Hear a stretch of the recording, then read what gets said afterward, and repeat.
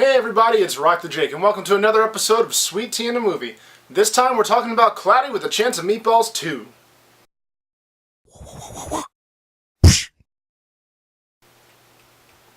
What's that on the horizon?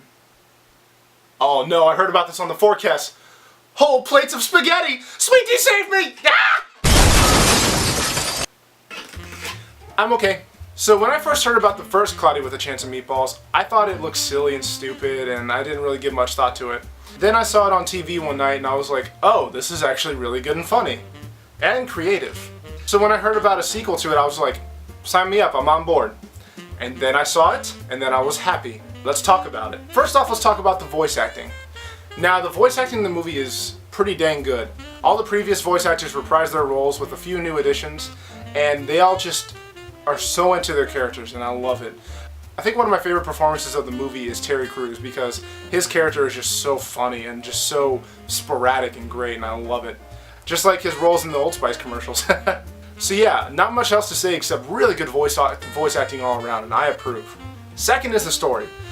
Now the story isn't anything big and new. You can tell who the villain is, and you can tell how the main character is going to win in the end, but like many things, it's all in the execution. There's a lot of really clever wit put into the movie, and especially really fun puns, which I love. The puns are strictly for the foodimals, the food animals, and it's really great stuff like watermelephant and just other great food animal puns, and I love it. The story's nothing new or groundbreaking, but I personally had a lot of fun with it, and I think it's a great ride for anybody. So, pretty good job with the story and the writing. Next up is the music. Unfortunately, I don't really have anything to say here because there wasn't anything at all that stuck out in my mind. The music pretty much just added to the movie in its own way without being overbearing, so I guess that's good, but you know, the music didn't stand out to me at all, so I can't really say anything, so for music. Finally, the settings and animation.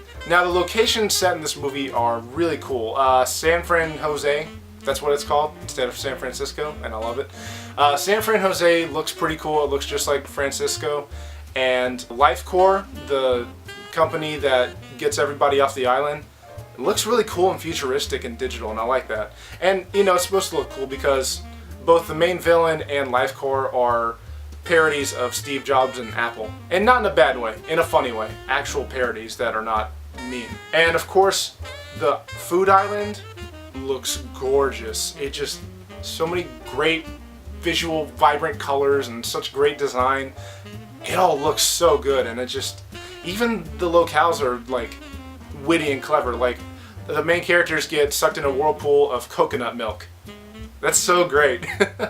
Speaking of looking great, the animation of this movie, oh my gosh. I love that the main characters each have their own sort of style of animation. In that the main character is kind of loose and wiggly and just like kind of all over the place. Like the way he types is like, it's great. Terry Crews' character, he's very quick and sporadic, but he stops very quickly too, so it makes for really just quick animations, and it looks really good.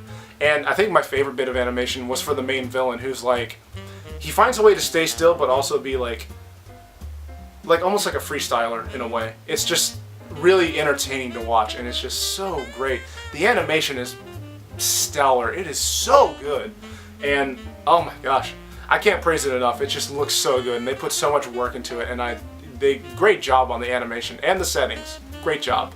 So to sum it all up, Cloudy 2 is just a really great movie.